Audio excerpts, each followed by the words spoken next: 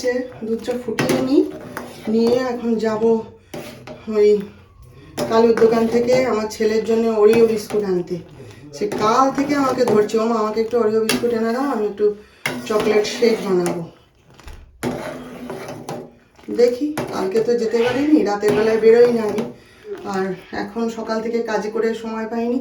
দুধটা ফুটিয়ে রেখে যাই, দেখি দুধটা ততক্ষণ ঠান্ডা হোক, দিয়ে ওর জন্য এনে দিই। ও কী বানাবে, বানিয়ে তবে খাবে, অন্য কিছু সে খাবে না আর, তো তাই খাক।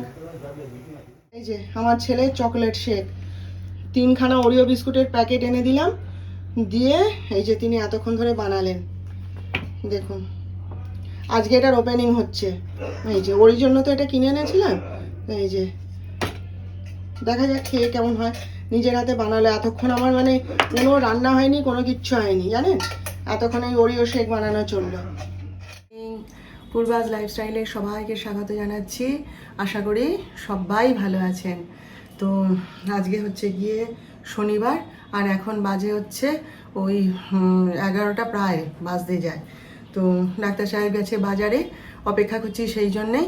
আর এই মাত্র সব জলখাবার টাবার খেয়ে উঠলাম, উঠে এই একটু ঘুরে টুরে বেড়াচ্ছি, ফ্রিজে যা আনাজপাতি আছে সব বের করেছি। তো সে গেছে বাজারে, তো সরস্বতী পুজোর বাজার তো প্রচণ্ড ভিড় হবে আজকে, আর বাজারে পাওয়া আজকে কঠিন আছে জিনিসপত্র। এত বেলা করে গেল, তো সকাল সকাল গেলে একটা কাজ মানে তবু হতো, আর এত বেলায় গেল, বারণ করলাম, বলে না না আমি যাচ্ছি, আমি ঠিক, আমি যার কাছ থেকে নিই তার কাছে সব আনাজ পাওয়া যায়, যখন যাব তখন আমি নিয়ে আসছি। আর আজকে তো আনাজের দামও প্রচুর হবে বলুন। যাই হোক, আসুক, সেই জন্য অপেক্ষা করছি। আর ফ্রিজে তো এঁচড় ছিল, আধ একটুখানি রেখে দিয়েছিলাম, তো সে ফ্রিজ খুলে আমাকে বলে কি কি আনতে হবে, কি কি আনাজ আছে। আমি ফ্রিজ খুলে দেখো, যাও দেখে যাও নিয়ে এসো। তো দেখে বলে, এসে বলে পূর্বা সেই এঁচড়টা রেখে দিয়েছো একটুখানি। আমি বলি হ্যাঁ। না তাহলে আজকে এঁচড় করে ফেলো। আমি বলি আজকে তো নিরামিষ, তাহলে নিরামিষ করে বানাবো কিন্তু। বলে হ্যাঁ হ্যাঁ তাতেই হবে, খুব খুশি, এঁচড়টা আছে, এঁচড় বানাবো দেখে আজকে খুব খুশি জানেন। বলে তাহলে তুমি একটু এঁচড় করে ফেলো, হ্যাঁ। আবার বলছে ঝোল ঝোল রাখবে কিন্তু, শুকনো শুকনো করো না, আমি ভাতে মেখে খাবো। আমি বলি আচ্ছা। তো এইসব বলে টলে এই জলখাবার টাবার খেয়ে বেরোলো, বলেন না আমি কাজটা করে দিয়ে আসি, তারপর নিজের কাজে যাব। তো দেখি কখন আসে, সেই জন্যই অপেক্ষা করছি। এই আর কি। আজকে কীরকম গরম পড়েছে বলুন তো, বেশ ভালো রকম গরম লাগছে। এই দেখুন ঘাম দিচ্ছে কীরকম গায়ে। আমি তো ঠান্ডা জলে রাত্রেবেলায় কালকে শোয়ার সময় ঠান্ডা জলে মুখ হাত ধুয়েছি, আজকে সকালে উঠেও ঠান্ডা জলে মুখ হাত ধুলাম। বেশ ভালো রকম গরম লাগছে। কিন্তু কি হয়েছে, চপ্পল পায়ে না দিয়ে যদি খালি পায়ে হাঁটি না, গরমের চোটে হয়তো চপ্পল খুলে ফেলে দিচ্ছি, কিন্তু তখন আমার পায়ের তলায় শিরশির করছে। হ্যাঁ, এই ব্যাপার হয়েছে আর কি। আর বাইরে তো এতক্ষণে বোধহয় হালকা রোদ উঠেছে, এতক্ষণে। সকাল থেকে তো কীরকম মেঘলা করে রয়েছে চারিদিকে। হ্যাঁ, সে কুয়াশা। আমার কাজের মেয়েটা এসেছিলো, বলে না গো বৌদি, বাইরে বেরোলে গায়ের মধ্যে টপ টপ করে কুয়াশা ঝরে পড়ছে। তো এখন দেখছি একটুখানি যেন হালকা মানে আলো ফুটেছে আর কি। যাই হোক, চলুন সঙ্গে থাকুন, দেখতে থাকুন। না রান্না বসাতে আজকে দেরি হয়ে যাবে আমার, ঠিক তাই জানেন। 12:30টার বেশি হয়ে গেছে, রান্না বসিয়েছি। দেখি এক তরকারি ভাত করবো তো হয়ে যাবে। ওই যে মেশিনের লোকটা এলো, তখন ডাক্তার সাহেব বাজার নিয়ে এসছে জানেন, বাজার নিয়ে এসে রেখেছে, দিয়েও বেরোতে যাচ্ছে। আর এই চিমনির লোকটা এলো। আমার চিমনি তো এখনো পর্যন্ত ঠিক হয়নি জানেন, এখনো পর্যন্ত মানে কি যে কষ্ট হচ্ছে রান্না করতে না। যেই একটু ধোঁয়া হয়ে যাচ্ছে, সঙ্গে সঙ্গে পাখা চালিয়ে দিয়ে দরজা জানলা সব খুলে দিচ্ছি, ধোঁয়ায় ধোঁয়া হয়ে যাচ্ছে গোটা রান্নাঘর দিয়ে, ঘর দিয়ে। কি যে অবস্থা না আজ কদিন ধরে। তো কালকে ডাক্তার সাহেব ওই লোকটাকে ফোন করেছিল, হ্যাঁ, যে ওই যে সেন্টারের যে লোকটা আছে তপনবাবু, তাকে ফোন করেছিল যে মেশিন কি আজও আসবে না। সে মেশিনের মোটর নাকি পুনা থেকে আসবে, বুঝেছেন, পুনায় ওদের সেন্টার আছে, সেখান থেকে। তা ডাক্তার সাহেব বলে আমি কি গিয়ে তাহলে নিয়ে আসবো? হ্যাঁ, শেষ পর্যন্ত কি আমাকে যেতে হবে? এত দিন হয়ে গেল, মোটর আসছে তো আসছেই, আসছে তো আসছে, আর কদিন লাগে বলে ডাক্তার সাহেব একটু বলেছিলেন। তখন বলে কি যে না স্যার, আমাদের কাছে একটা নতুন প্যাক আছে সিল করা একদম, সেটা তাহলে আপনি যদি বলেন লাগিয়ে দিতে পারি। তখন ও বলছে, বলে যে তাহলে এতদিন বলনি কেন? হ্যাঁ, তোমাদের কাছে যদি নতুন মাল আছে এতদিন বলনি কেন? না স্যার আপনি নেবেন না, আপনি বললেন পুনা থেকে নিয়ে আসতে, হ্যাঁ না তেনা কিছু। তখন ডাক্তার সাহেব তো প্রথমে বলছে হ্যাঁ লাগিয়ে দাও।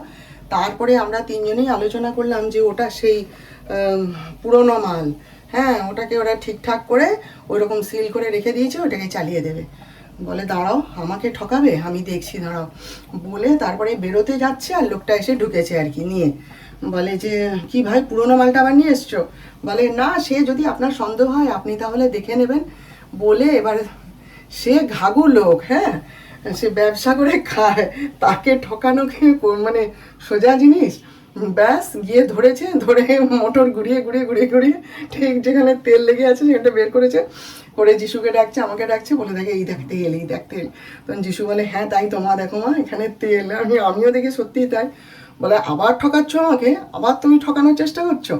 বলতে লোকটা হেসে ফেলেছে, বলে আমি কি করব, আমাকে এইটা হাতে দিয়ে পাঠিয়েছে লাগিয়ে দেওয়ার জন্যে।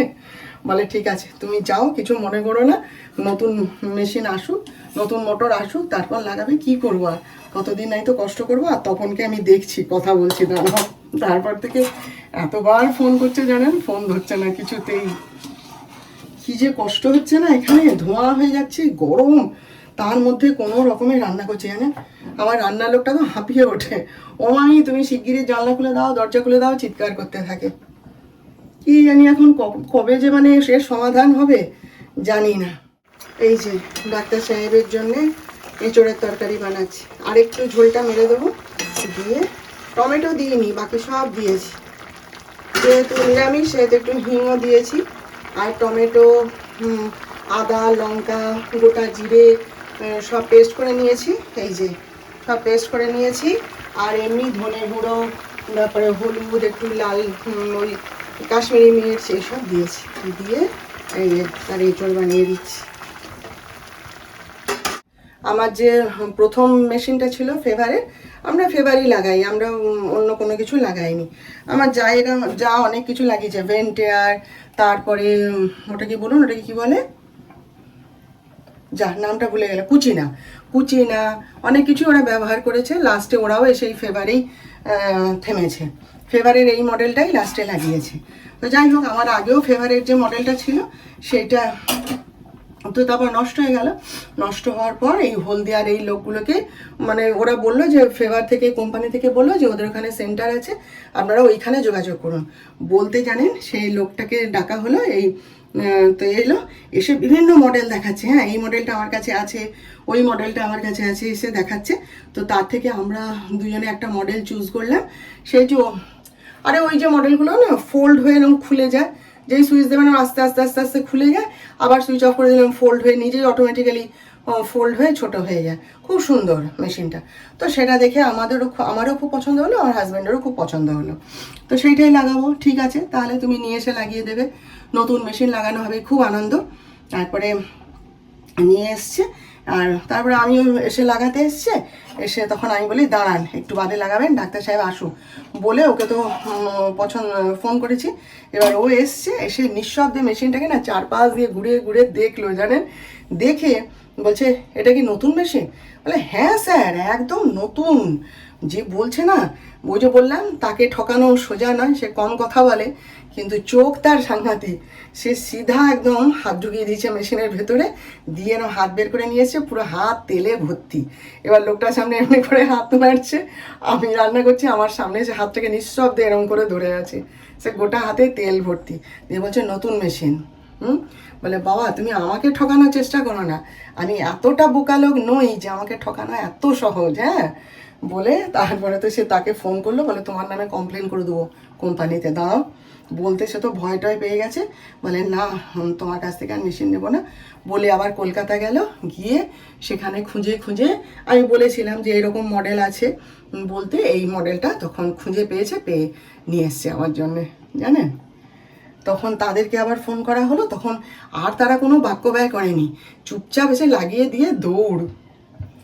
তো সেই রকমই আজকেও ওরকম নিয়ে এসছে, আর ও কাল থেকেই বলছে ওদের কাছে নতুন মেশিন আছে সিল করা, এটা কখনো হয়, নতুন মোটর আছে, ও মানে ইয়ে করা মাল, দাঁড়াও আমি দেখছি, বলে ধরেছে আজকে ঠিক। যাই হোক এখন কবে ঠিক হবে কি জানি, আর আমার ওয়ারেন্টি পিরিয়ড রয়েছে, আমি কেন পুরোনো জিনিস লাগাবো বলুন, তাই না? দেখা যাক এখন সে যে কবে আসবে। আমাদের হাতে থাকলে তো আমরা ব্যবস্থা করেই নিতাম এতদিনে। ওই অন্যের উপর নির্ভর করলেই না এই যন্ত্রণাটি হবে, জানেন। দেখা যাক এখন কবে আসে, কি হয়। কি যে কষ্ট হচ্ছে না রান্না করতে, আর এইটুকু জায়গার মধ্যে দমটা বেরিয়ে যাচ্ছে, জানেন। এই দেখুন মুগের ডাল, এখানে হচ্ছে ডিম সেদ্ধ করেছি, আর এই যে বাঁধাকপির পকোড়া। আজকে ইউটিউবে বসে বসে দেখলাম তো পেঁয়াজ দিতে হয়, আমি পেঁয়াজ ছাড়াই করেছি। আর এই যে ওদের জন্য এঁচোড়ের তরকারি, টেবিলে সব ওদের জন্য খাবার। ব্যাস, কী কী রান্না করেছি আপনাদেরকে দেখিয়ে দিলাম। ছেলে এগ রোল নিয়ে এসছে, কিন্তু ওকে একটা বেড়ে দিলাম। আর আজকে তো শনিবার, আমি তো আজকে খাবো না। এই যে, আর ডাক্তার সাহেবও ফোন করা হলো, বলে না খাবো না। তাহলে কি করবো, আর আজকে তো খেতেই পারবো না। রেখে দিই ফ্রিজে, কালকে সকালবেলায় বরং জলখাবারে হয়ে যাবে। সে কিছু না পারবে না, মা তুমি খাও, মা তুমি খাও। তাকে বোঝাতে পারছি না যে আজকে শনিবার, আজকে আমি খাবো না। আর সন্ধ্যের জলখাবারে নিয়ে এসছে, ওকে একটা বেড়ে দিলাম। আর এটা থাক, তাহলে ফ্রিজে তুলে রাখি। আর কি করব। আজকে হচ্ছে 10:45। এই ডাক্তার সাহেব এই একটু আগে ফিরে খাওয়া দাওয়া সব করলো। আর যিশুও খেলো এখনই। ওই যে তখন এগরোল টোল খেয়েছিল না, পেট ভার ছিল, সেই জন্য এখনই খেলো। তো ওদের জন্য একটুখানি ফুলকপির তরকারি করে দিয়েছিলাম। আর আমি একটুখানি সেই ওবেলায় উচ্ছে সেদ্ধ খেয়েছিলাম বলে ডালটা খাইনি, সে মুগের ডাল ছিল তো, সেই জন্যে আমি এবেলায় ওই রুটি দিয়ে ডাল দিয়ে খেয়ে নিয়েছি। এই এতক্ষণ খেতে খেতে গল্প হুল্লোড় আড্ডা এই চলছিল আর কি, হাসি হুল্লোড়। যাই হোক, এবারে তো একটুখানি কফি করে দিতে হবে। যিশু আজকে খাবে বলছে কফি, তো যাই একটুখানি কফি করে দিই আর কি। তাহলে আজকের মতন আপনাদের সাথে গল্প এখানেই শেষ করলাম। আবার আমাদের দেখা হবে। ততক্ষণ যে যেখানে আছেন সবাই ভালো থাকবেন। আর আজকের ভিডিওটা আমার ভালো লাগলে একটা লাইক, শেয়ার ও সাবস্ক্রাইব প্লিজ করে দেবেন।